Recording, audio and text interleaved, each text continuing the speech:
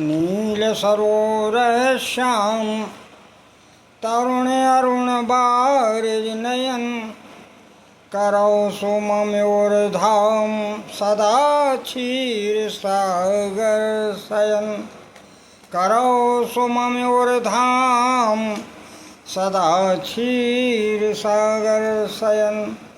श्री सीताराम जी महाराज की जय। श्री सद्गुरु भगवान की जय। जब जो है विभीषण के दीन वचनों को सुनकर के भगवान बड़े प्रसन्न होते हैं और विभीषण को अपने हृदय से लगा लेते।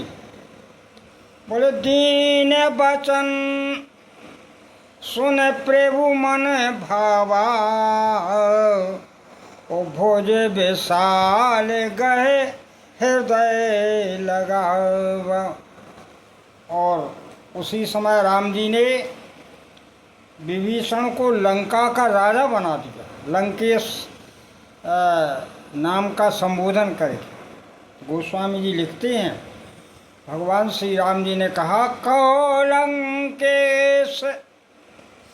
लंकेश सहित परिवारा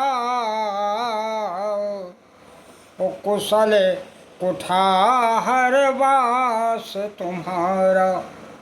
खल मंडली बसाओ दिन राती ओ सखा धर्म निभाए के भांति। हे लंकेश, तुम अपने परिवार के साथ कुशल तो हो, कैसे खलमंडली में अपना निर्वाह करते हो, तुम्हारा धर्म वहाँ कैसे निर्वाह होता है, ऐसा राम जी पूछ रहे। और ये भी कहा कि बर भालू बास नरक करता बरु भल बास नरक करता ता ओ दोस्त संग जिन दे विधाता। नरक में नरक के कष्टों को भोगना तो उचित है, लेकिन दुष्टों के संग में रहना उचित नहीं है, क्योंकि वो हमेशा कष्टप्रद है, ऐसा राम जी कहते। तब विभीषण ने हाथ जोड़ के कहा, प्रभु जब से आपके पावन श्री चरण कमलों का हमने दर्शन किया है, तब से तो हमारा सब जो है संकट नष्ट हो गया है। क्या अब पद देखे कुशल रघुराया ओ जो तुम कीन जान जन दाया। जो तुम कीन जान जन दाया। क्योंकि जावे लगे तावे लगे कुशल न जीव कहूँ सपने मन विश्राम। कब तक? बोले जब लगे भजत न राम कहूँ, जब लगे भजत न राम कहूँ शोक धाम तज काम। जब तक शोक का जो घर है, काम क्रोध मद लोभ इनको त्याग करके जीव भगवान का भजन नहीं करता, भगवान की शरण में नहीं आता, तब तक जागृत की तो बात छोड़ो, स्वप्न में भी जीव को विश्राम नहीं है, सुख नहीं मिल सकता उसे। और आगे विभीषण हाथ जोड़ के कहते हैं, बोले जब लगे ओरे न बसत रघुनाथा। जब लगे ओरे न बसत रघुनाथा ओ धरे चाप सायक कटी भाथा। जब तक भगवान धनुष बाण धारण किए हुए धनुषधारी श्री राम हृदय में नहीं आते हैं, हृदय में चिंतन नहीं होता, हृदय में वास नहीं करते हैं, तब तक जीव के कष्ट मिट ही नहीं सकते। ऐसा विभीषण कह रहे हैं। बोले अब मैं कुशल मिटे, अब मैं कुशल मिटे भय भारे, वो देख राम पद कमल तुम्हारे। हे भगवान, आपके श्री चरणों का आश्रय लिया है, आपके पावन श्री चरणों का जब से दर्शन किया है तब से हमारे सारे कष्ट मिट गए हैं। अब तो हम निर्भीक हैं महाराज, हमारे सारे भय दूर हो गए। ऐसा विभीषण ने कहा। क्यों हो गए हैं? राम जी ने पूछा क्यों हो गए हैं?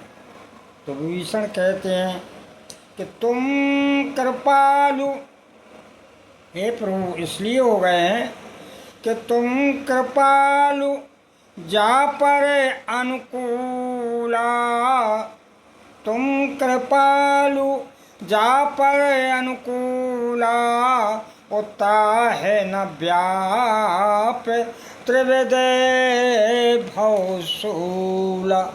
हे भगवान, जिस पर आप अनुकूल हो, जिस पर आपकी कृपा है, उसको तो तरताप स्वप्न में भी नहीं व्याप सकता। दैहिक दैव भौतिक तापा ये नहीं व्यापते उसे। ऐसा विभीषण हाथ जोड़ के कहते हैं। इसलिए हे भगवान, हम तो निशाचर हैं, अधम जो है, हमारा काम ही अधम करना है, पाप करना है, हम तो अधम हैं ही। लेकिन ये तो बड़ी आपकी दयालुता और कृपालुता है प्रभु। मैं निश्चर अति अधम स्वभाव,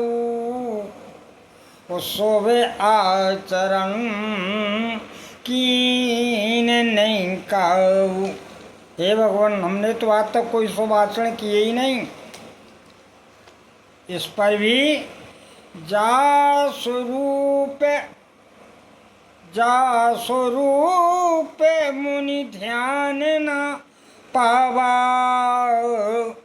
जा स्वरूप मुनि ध्यान न आवा।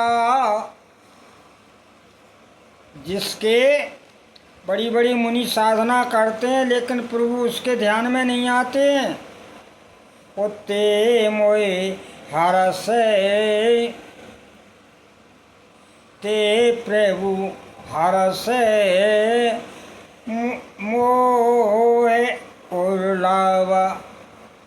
उन भगवान ने आज मुझे अपने हृदय से प्रसन्नता के साथ लगा लिया। मैं धन्य हो गया, हे प्रभु, मैं धन्य हो गया।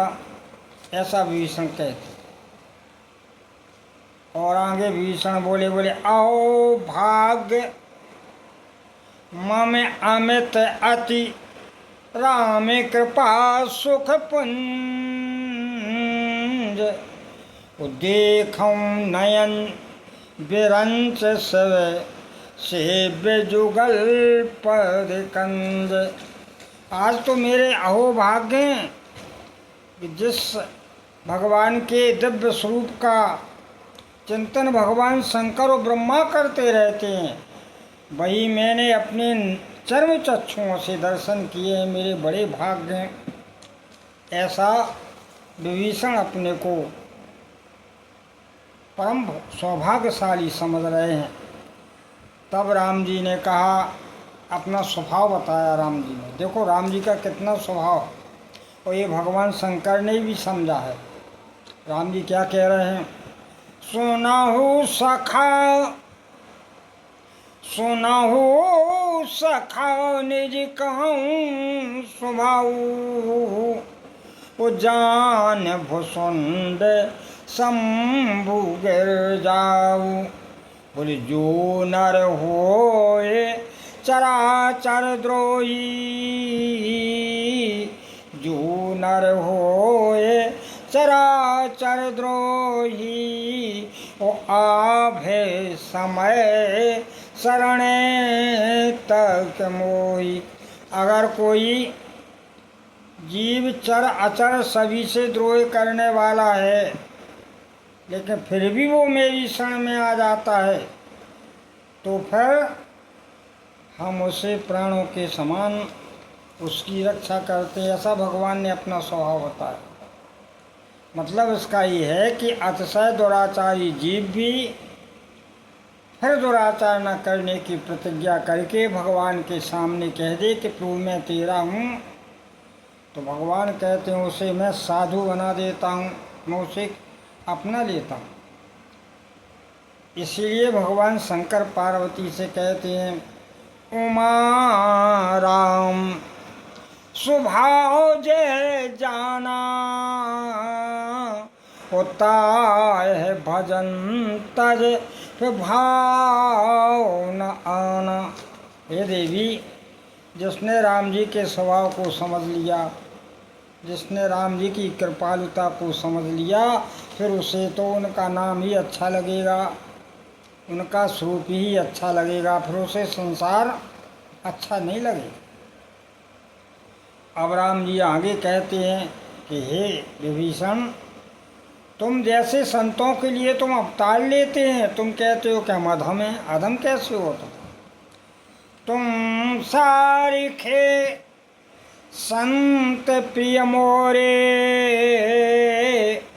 उधरई दे नहीं आने न्योरे। तुम जैसे ही संतों के लिए हम धरामंडल पर आते हैं, धर्म की स्थापना करते हैं और धर्मवानों की रक्षा करते हैं। फिर भी आगे कहा, अब राम जी लंकेश शब्द से संबोधन कर रहे हैं विभीषण को। कहते हैं सुन लंकेश, सुन लंकेश सकल गुण तोरे, पुताते तुम अतिशय अतिशय प्रिय मोरे। अरे लंकेश, ये संपूर्ण शुभ गुण तुम में हैं विद्यमान, इसलिए तुम मुझे प्राणों के समान प्यारे हो।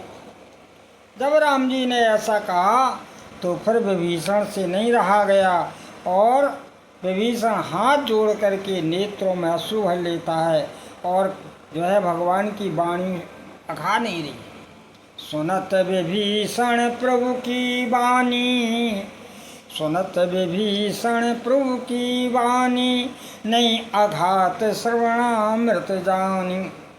अविकृपाल निज भगत पाऊनी, अविकृपाल निज भगत पाऊनी, ओ देव सदा शिव मन भावनी।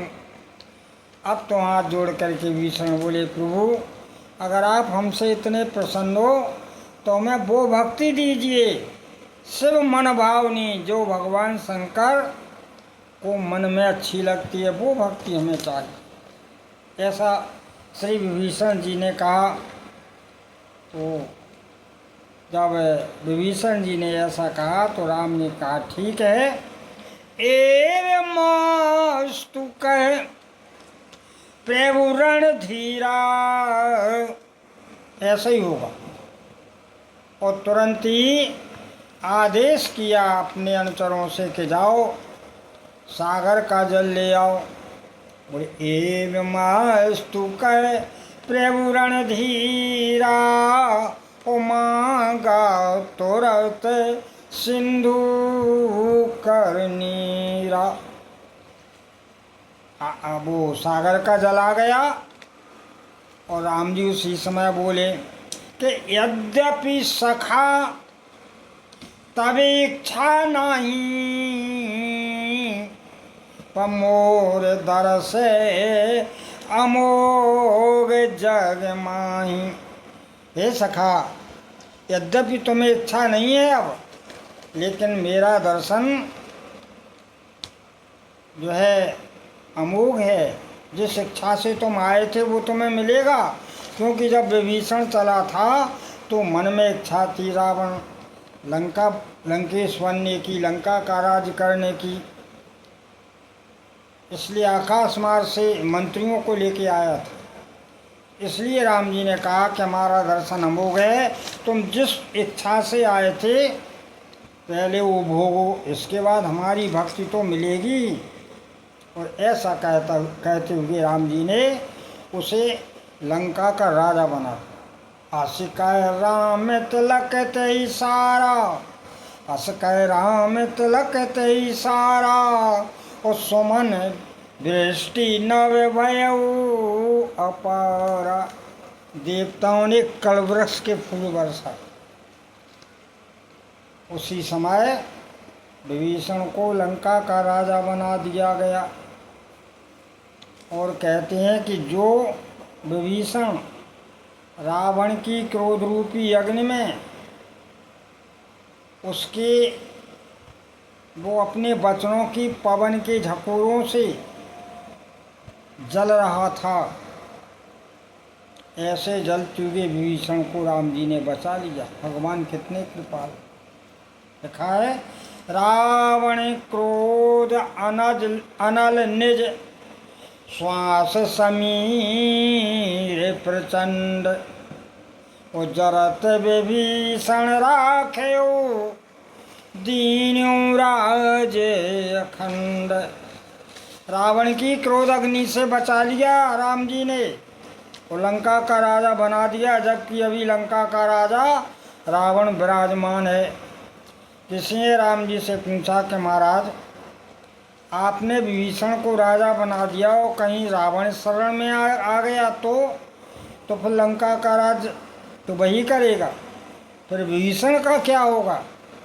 तब राम जी ने कहा अयोध्या का राज दे देंगे, तुम चिंता नहीं करो। ऐसे ही भगवान कृपालु हैं सज्जनों। भगवान ने धरामंडल पर अवतार लेकर के उस परमात्मा ने ऐसी दिव्य साकार लीलाएं की हैं जिनका श्रवण करने से जीवन पवित्र बनता, जीवन में आनंद की अनुभूति होती है, जीवन त्यागमय बनता है, जीवन में कलुषित भावनाएं नष्ट होती हैं। ऐसी भगवान की दिव्य कथा है। देखो संतों ने कहा है, राम जी ने इतना क्यों कहा विभीषण से? क्योंकि संत लोग कहते हैं कि जब व्यक्ति मन के धरातल पर होता है, यानी व्यक्ति जब मन के धरातल पर होता है, माने जब मन से आगे नहीं निकल पाता, मन की बात मानता है, तो फिर वो दुखों से अछूता नहीं रहता, उसे दुख भोगने पड़ते। क्योंकि मन तो विषयों में रमेगा और विषय दुख के कारण हैं। पहले अमृत से भासते हैं, बाद में महान कष्ट देते। लेकिन जब वही जीव मन की स्थिति से चित्त की स्थिति में पहुंच जाए, चित्त में परमात्मा का चिंतन आ जाए, तो फिर वो शुद्ध आनंद का साक्षात्कार करता है, फिर वो दुखों की समस्याओं से निकल जाए। ये चित्त भूमि। तो विभीषण का जो स्वरूप था वो चित्त में चला गया था। वो परमात्मा को निरंतर चित्त में जो है चिंतन किया करता था, मन से बाहर हो गया था। इसलिए संत कहते हैं कि जो योगी होते हैं वे यही प्रयास करते हैं। क्या प्रयास करते हैं? कि मन बुद्धि अहंकार, मन चित्त बुद्धि अहंकार, चार से मन बुद्धि अहंकार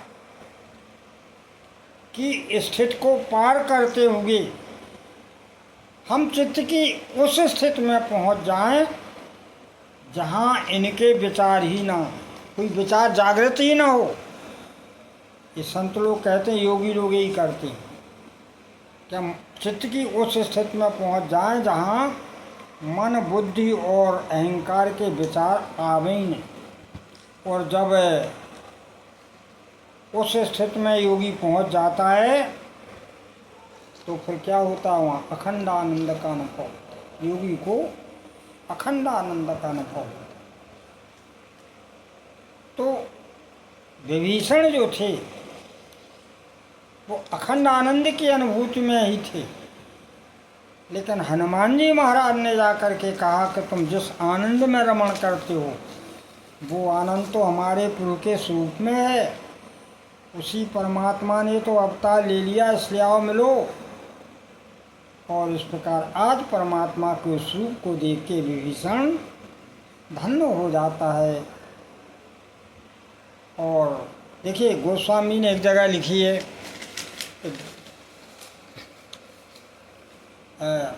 जो भगवान के साकार चरित्रों का श्रवण या कथन करता है वो उस योगियों के आनंद को पा लेता है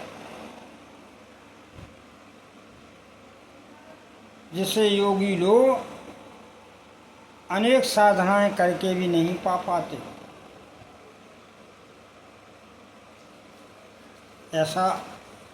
ऐसा मानस में आया है। जो सकाम नर जे सकाम नर सुने जे गावई, तो क्या मिलता है? बोले सुख संपत्ति नाना बेदी पावई। ये तो संसार की चीज मिली, लेकिन इनमें रमण तो नहीं करता योगी भक्त, इनमें नहीं मिलता। फिर क्या मिलता है? बोले सुर दुर्लभ सुख कर जग माही, सुर दुर्लभ सुख कर जग माही, ओ अंत काल रघुपति पुर जाई। उसे वही आनंद के लोक में पहुंचा दिया जाता है जहाँ योगी भी नहीं जा पाते, ऐसा संत लोग कहते हैं। इसलिए सज्जनों, विभीषण को भगवान की कृपा का अनुभव मिला, भगवान की भक्ति मिली और लंका का राज्य हुआ। इसी के साथ वाणी का विराम है। बोलिए आनंद कंद भगवान की जय।